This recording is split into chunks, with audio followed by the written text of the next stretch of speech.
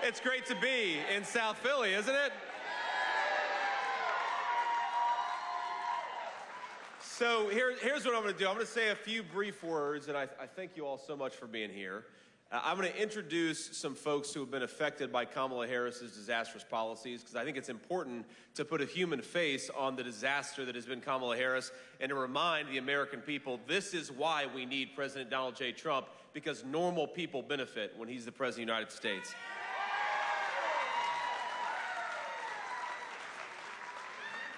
But first, let me say just a few words, and then we'll take some questions from reporters. But let me just start out by saying that Kamala Harris has been such a disaster as vice president of this country that everywhere she goes, chaos and uncertainty follow.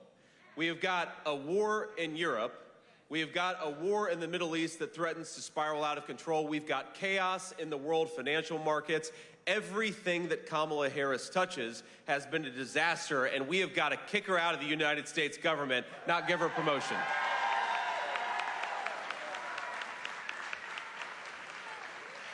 Now today in particular, I've already met with some people who have really suffered because of Kamala Harris's border policies. And let's just count the ways in which our border czar opened the American southern border. On day one, Kamala Harris suspended deportations. On day one, Kamala Harris stopped the Remain in Mexico policy that kept our country safe. On day one, border czar Kamala Harris, she stopped construction of the southern border wall. And on day one, she proposed amnesty for millions of illegal aliens in this country. And we know that every time Kamala Harris took an action to open the American southern border, it is families like many of those who stand behind me today who have suffered the most. And now, for the past 2 weeks, Kamala Harris has been saying that she wants a promotion. I think we ought to say to Kamala Harris, you're fired, and rehire Donald J. Trump as President of the United States.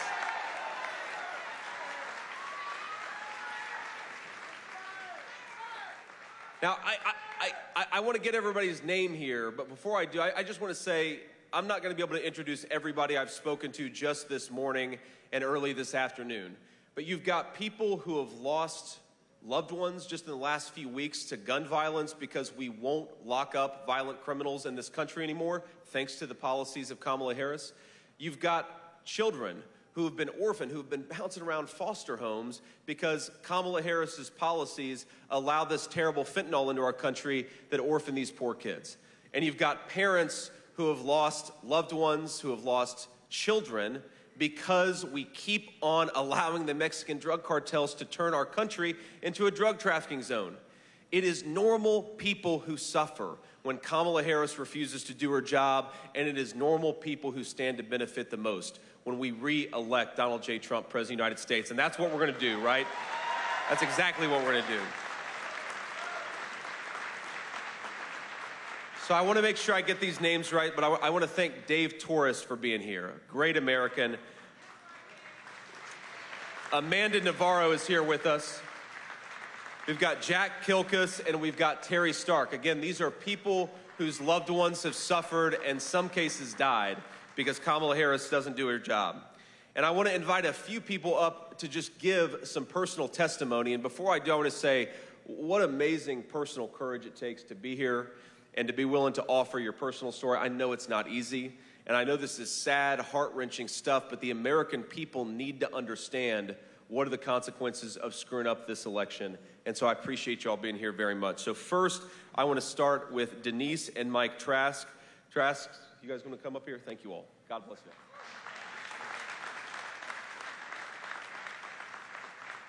Thank you for having us today. Our daughter Jacqueline is the oldest of our 5 children. Jack was always a fearless, free spirit who was full of adventure and sometimes mischief. I'm proud to selfishly boast that we've raised our kids with good morals, values, and kind hearts.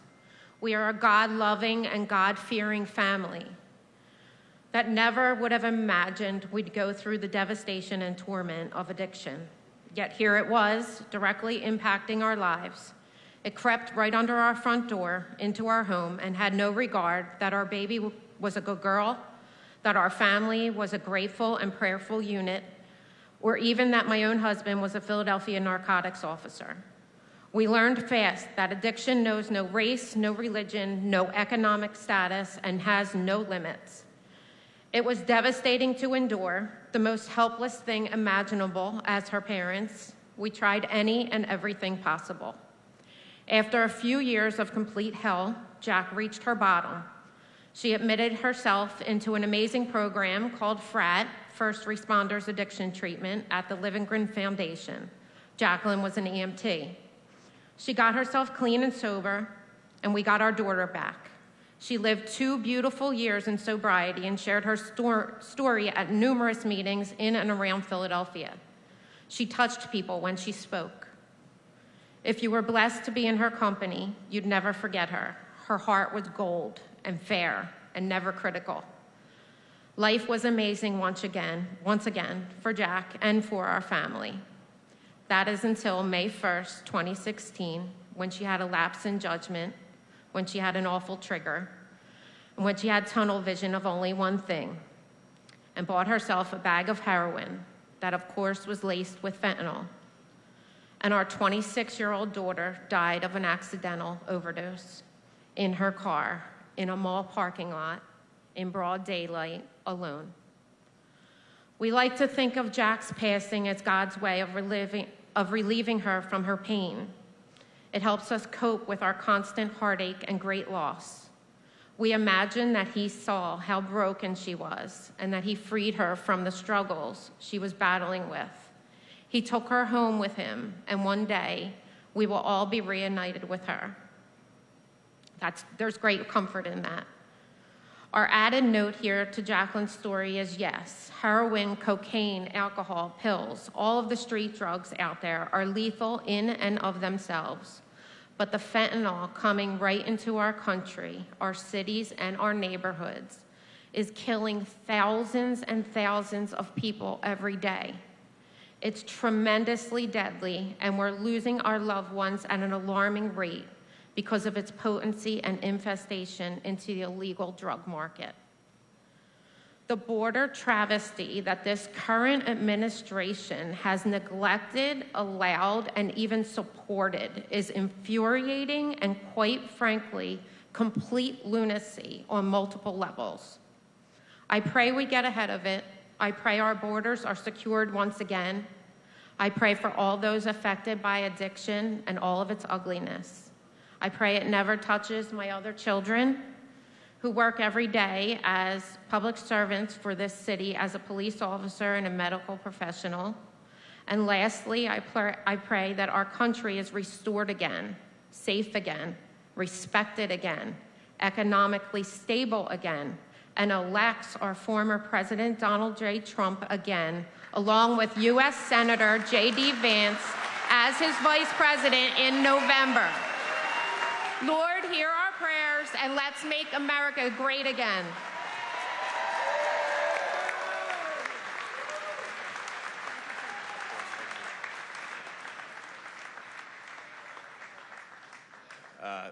Thank you both so much for that testimony. And I now want to introduce Geraldine Briggs, who again is another American who has suffered because of these terrible policies that we have. So thank you to the Trask for your incredible courage. And Geraldine, would you come say a few words too?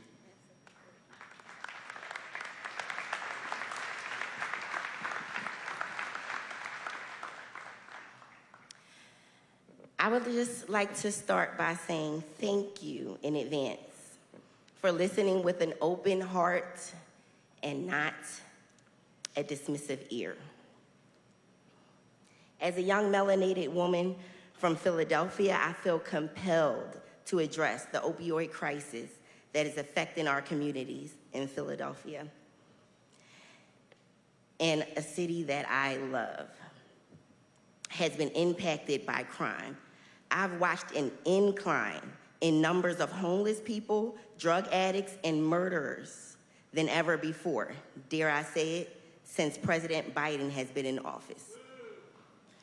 Democrats' soft on crime policies have led to the city I've once knew to become unrecognizable. Unfortunately, I've had to deal with witnessing opioid addiction firsthand. for many years now. I have a brother that battles with this addiction. Today, way more than before, it's too easily accessible, which means it doesn't stop in our communities. These are not racially profiled drugs. The rehabilitation centers prove that. This crisis knows no demographic, income, family history. It affects millions nationwide. Democrats claim to have cleaned up the streets in Philadelphia, but it has not worked. The border crisis has led to an influx of drugs coming across the border and impacting families like mine throughout the city. This crisis has gotten even worse under Biden-Harris. Biden and Harris are not doing anything to help us. What would it change under Kamala? What happens when it hits your neighborhoods, your homes? My mother keeps Novocaine in her closet just in case my brother does not awake on his own after taking drugs. You can purchase opioids from just about anywhere besides in-store purchase. And what are Democrats doing about this?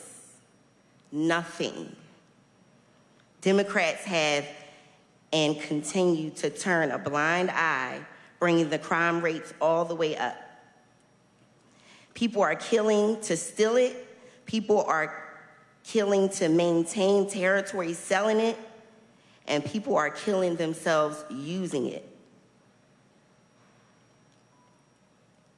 I'm sorry.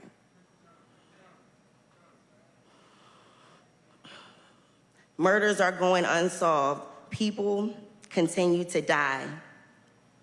A lot of us continue to live in fear in our communities. We need leaders who will restore our once beautiful cities and towns. We need leaders who will not make us walk into a drugstore and have to ask an attendant to get an Advil, everyday items, out of locked glasses, because the store gets robbed every day. We need President Donald Trump and Senator JD Vance to be our next president and vice president, or our beloved Philadelphia will continue to spiral. This has to end, and I am proud to be one of the voices that stand against it.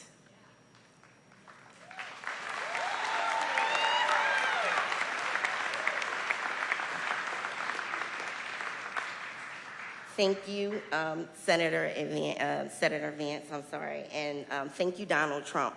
Please, I really, really hope we win this, and I really, really have faith in this. Thank you so much.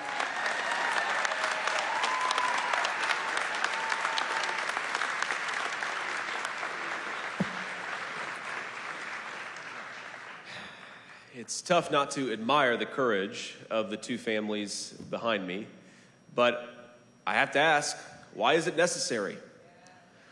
Why are they suffering? And the answer is because we have a leadership that is failing them. I want to tell my own personal story here because it touches on a little bit of what they talked about. You know, I remember when my own mom struggled with addiction, and my grandmother raised me for a big chunk of my early life. And I remember, after one particularly bad overdose, sitting beside her bed and being just angry that mom had taken this stuff to begin with, but then just desperately hoping and praying, Jesus, please let her wake up from this. And that's what addiction does to our families. It sort of combines this incredible frustration, but also we still love the people who suffer, and we still want them to get better, even when we're frustrated when they take a wrong turn. But what I got with my mom, who's been clean and sober for nearly 10 years now, thank you.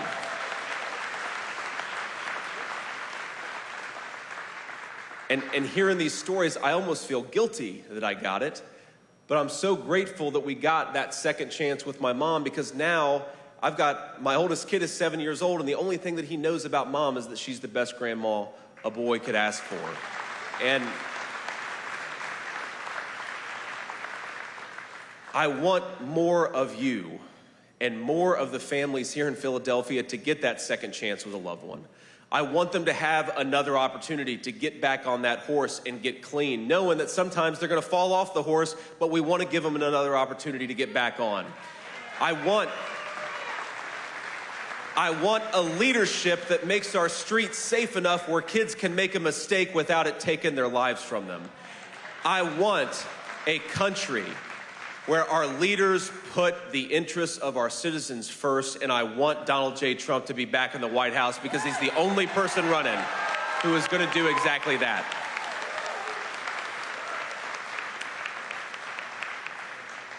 Now, I want to say just two things here before I take some questions from the media. The first is, again, thank you all for being here. Seriously, I cannot tell you how grateful I am. We could do so much better. We could do so much better in this country with better leadership. We could give kids those second chances, and we could make sure that the next time we're here in Philadelphia, we're hearing stories of triumph and hope, of second chances successful, and not of kids who have lost their lives. We've just got to have better leadership. But the second message I want to leave you with, and this is for the media, because there are real stories to tell. There are real heartbreaks and real stories of hope and triumph. But there is a person who is asking, she's going to be here later today, Kamala Harris, our border czar, is asking the American people to make her the next president of the United States. And yet for 16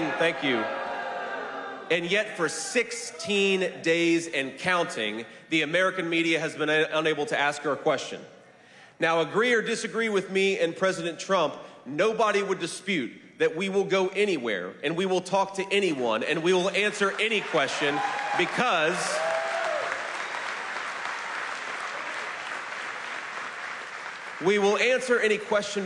we think we owe it to the American people to try to persuade them instead of running from them, and that's what Kamala Harris has done. She is running a basement campaign where she refuses to go before the free press and actually answer their questions. Well, what kind of an election can you have if your own presidential candidate won't actually answer tough questions? And so I'd ask the American media to show a little bit of shame and to demand that before you give Kamala Harris your endorsement, and that's what the media has done, you at least force her to answer some tough questions and to stand before the American people and persuade them. Thank you. Kamala Harris ought to stand before the American people and persuade them of why she's the right choice. She ought to answer for the fact that she wanted to ban fracking and now she allegedly doesn't. She ought to answer for the fact that she wanted to defund the police. She ought to answer for the fact that she opened up the American southern border, and she ought to answer for the fact that groceries are unaffordable and housing is unaffordable because of her policies. So to the media, please, for the love of God, do a better job. The American people demand it. Thank you all for being here. God bless you guys. I love you all. And I'm especially grateful to the folks behind me for offering testimony so people can understand what the consequences are of failed leadership. God bless you all, and thank you.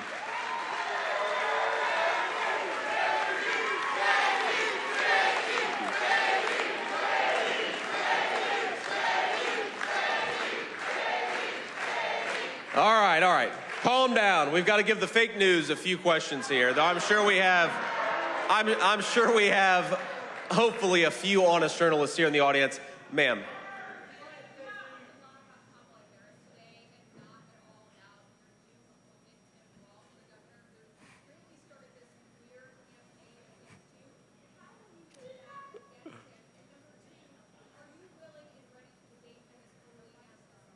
So first of all, the reason I didn't say a whole lot about Tim Walz is because the Democrats have showed a willingness to pull a little switcheroo on us. So I don't even know if we're actually going to get Tim Walz out of this campaign. And I think that a lot of us are asking ourselves, well, it's not going to be official until the Democrats actually nominate him, I guess, at their convention next week. So that's the first reason. The second reason is, look, Tim Walz's record is a joke.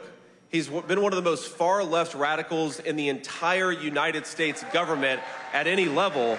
But I think that what Tim Walz's selection says is that Kamala Harris has bent the knee to the far left of her party, which is what she always does.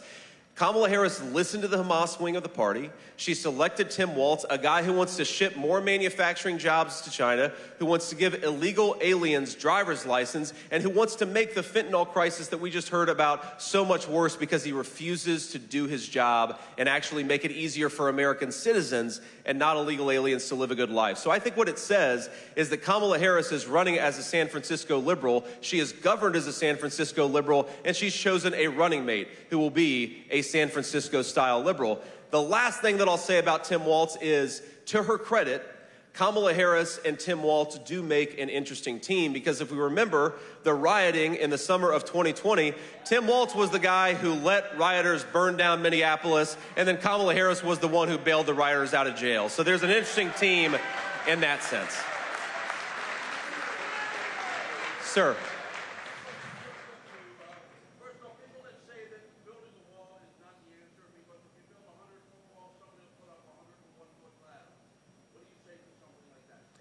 Well, if you build a 100-foot wall, you're going to have a lot fewer illegal aliens coming into this country, and it's obvious, and it worked when Donald Trump was president. Look, no one has ever said a wall keeps out 100% of illegal aliens, but if it keeps out 98%, I'd say we're doing pretty good. And that means less fentanyl, less drugs, and less crime coming into our communities. So I was at the border just a few days ago. It's a lot hotter down there in South Arizona than it is here in Philadelphia.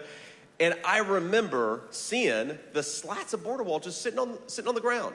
And why are they sitting on the ground instead of being constructed? Because Kamala Harris said you're not allowed to construct border wall anymore. That means more fentanyl in South Philly. That means more orphan children. That means more suffering Americans, and we can't let Kamala Harris forget it. Ma'am. He was along for the ride after he was chosen as Vice President Harris. Could you repeat the beginning of that? I missed the first one. Earlier today, you said that you called Governor Walz, so clearly at least part of you believes that he could be the vice presidential candidate. Are you saying that you will not debate him, or will you agree to go on the debate stage with Tim Walz? No, I absolutely want to debate Tim Walz, but I want to debate him actually after he's actually officially the nominee. And I did call him and congratulate him and offered him my best wishes. I think that's the polite thing to do. But look, would it shock me if the Democrats pulled another switcheroo? No, it wouldn't. So look, we're going to wait until they actually nominate Kamala Harris and Tim Walz before we do any debates. And then, of course, we want to have a robust debate again because we believe the American people have the right to have their political leaders try to persuade them. And that is what's so scandalous about Kamala Harris's basement campaign. 16 days she has been the presumptive nominee of the Democrat Party. 0 times she has sat for a real media interview. That's a disgrace. Nobody should ask to lead the American people unless she's willing to answer tough questions. And if she's too afraid of the American media, how is she possibly going to deal with Vladimir Putin and Xi Jinping and a bunch of world leaders all over the globe? Yeah, go ahead. I can hear you now.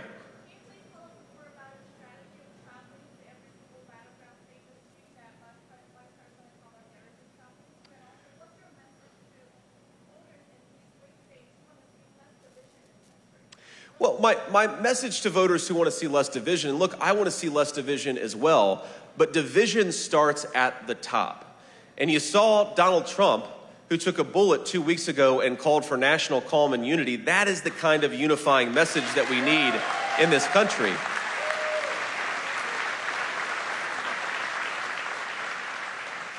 But we're not going to have real unity in the United States of America when you have a border czar who's running as president of the United States who welcomed cartels and welcomed drugs into our communities. The division comes from bad leadership. We fix the bad leadership, and I think we have a great country from people from all political walks of life. Unity will come, but only after we get rid of the bad leadership. And you asked about the strategy. Look, the strategy is simple. We know that there are 6 or 7 states that are going to decide this election. We think that it is shameful that Kamala Harris is running from tough questions from the media. So I'm going to go to every single battleground state that I can. I'm going to answer tough questions. I'm going to talk to people because that is the minimum that you should do if you want to be the president or vice president of the United States of America. In the red, ma'am. And then behind you in the white shirt. Yeah.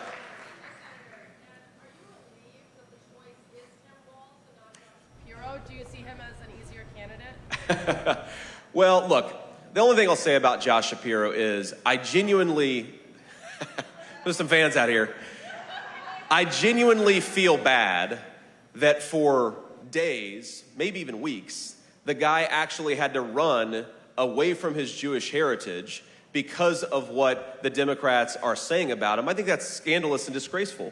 Whatever you believe or whatever disagreements on policy you have about somebody, the fact that that race, the vice presidential race on the Democratic side, became so focused on his ethnicity, I think is absolutely disgraceful, and it's insulting to Americans, whatever background you're from. But look, I'm not relieved or non-relieved about who Kamala Harris chose because, look, Kamala Harris is the problem. Kamala Harris was the border czar. Kamala Harris has had the policies that have caused so many people to needlessly suffer. We're going to run against Kamala Harris because she's the problem, and she's the one asking to be the people's president of the United States. Though I say she's not actually asking. She's given teleprompter speeches. She's given scripted remarks. She's not actually doing the bare minimum we should expect of a person who wants to be the people's president. Yeah. The choice of Tim Walz, the argument that was made for him is that he will help Democrats in the Midwest with white working class voters, perhaps. Can you address that argument? Look, I'm skeptical that whoever the VP nominee is, most people are voting at the top of the ticket. But here's the thing about Tim Walz. Look, Tim Walz is a guy who wants to take children away from their parents if the parents don't agree to do sex changes and the school wants to. That's crazy, right? A fundamental violation of parental rights. Tim Walz is a guy who wants to ship more and more American manufacturing jobs to China. He said it on camera in the name of the green energy scam. Well, if you care about the environment, and I certainly do, why are you going to ship American manufacturing jobs to the dirtiest economy in the world? Why wouldn't you keep them right here in Pennsylvania, in Philadelphia, in the places that really need it? This is a guy who, when rioters were burning down the biggest city in Minnesota, was actively cheering them on. You think the black business leaders in Minneapolis are grateful, the working class business leaders are grateful that Tim Walz allowed rioters to burn down their businesses? You think that people are grateful to have a guy who wants to ship manufacturing jobs off to China? There's no way the American people are going to buy it. It just doesn't make sense. And again, the biggest problem with the Tim Walz pick, it's not Tim Walz himself, it's what it says about Kamala Harris. That when given an opportunity, she will bend the knee to the most radical elements of her party. That's exactly what she did here. That's what she's going to keep on doing as president. That's why we got to elect Donald J. Trump, President of the United States. And I'll take just a couple more here, and then we got to hit the road. Thank you all. Senator, do you think you have any similarities with Walz? And you're both from the Midwest, and you work in the... Can you start that again? Yeah, do you think you have any similarities? And you can talk about like common ground that you share with Walz. Well, look, I mean, yeah, we're white guys from the Midwest. I guess there are similarities there. But what's different is the actual ideas about how best to serve people, white, black, or anything else, in the Midwest and everywhere else, right? I can't believe this is a guy who tries to claim that he stands for working people, and yet he wants to pursue energy policies that are going to ship everybody's job to China. In some ways, what Tim Walz represents is doubling down on failed 30 years of leadership in this country where we don't make enough of our own stuff, we don't use enough of our own workers to make enough of our own stuff, we rely on everybody else for energy instead of American citizens, and then we throw open the southern border to make our communities less livable and less safe. He is the double down choice for failed leadership, and again, Kamala Harris selected him. I don't know why, but I think it's because she's fundamentally a radical herself and she wanted a partner in crime. Ma'am.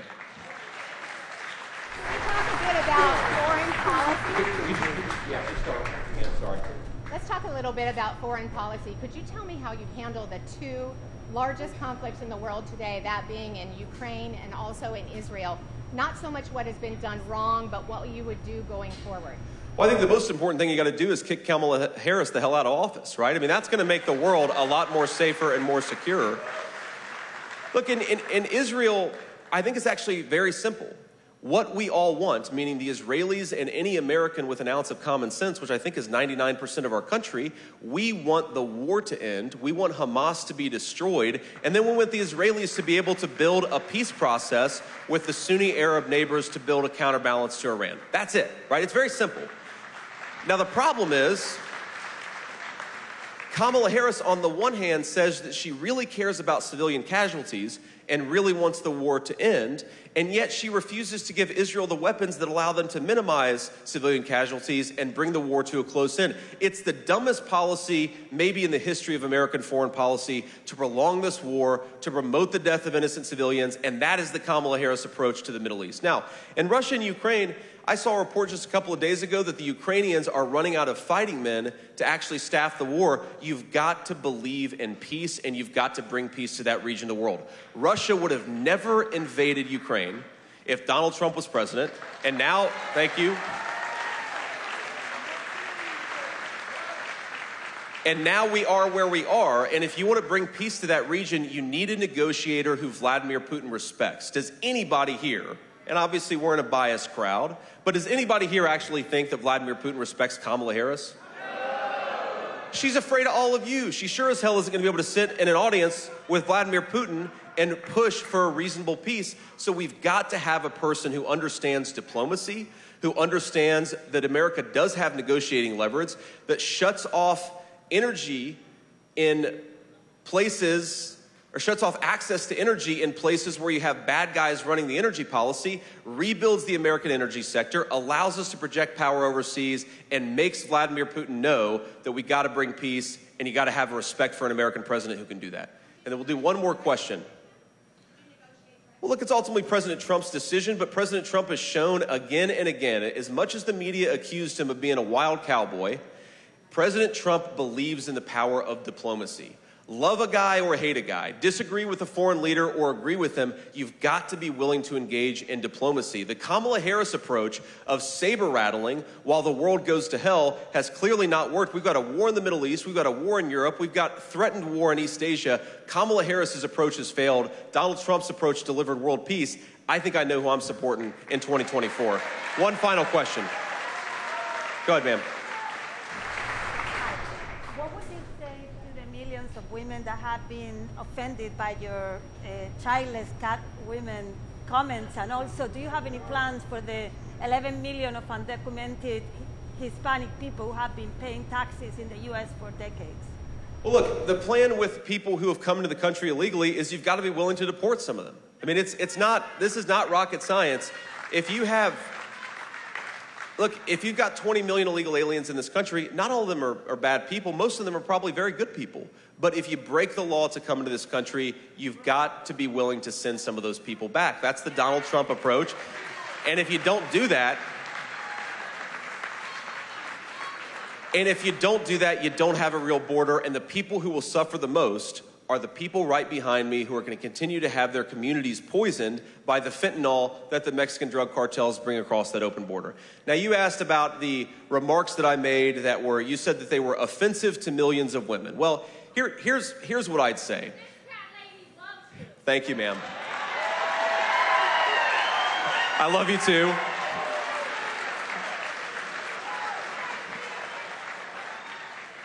What I said is very simple. I think American families are good and government policy should be more pro-family. Now, if the media wants to get offended about a sarcastic remark I made before I even ran for the United States Senate, then the media is entitled to get offended. You know what I'm offended by? I'm offended that normal Americans can't afford grocery prices. I'm offended that Kamala Harris opened up the American southern border and allowed fentanyl to come into our communities. And I'm offended that she wants to be the people's president, but she won't even answer tough questions. That's what I'm offended by, and I think that's what most Americans are offended by too. And I guess on that note, I should say, thank you all for having me. It's great to be here. If I can ask you to just do one thing. We have got thank you. We have got an incredible amount of momentum.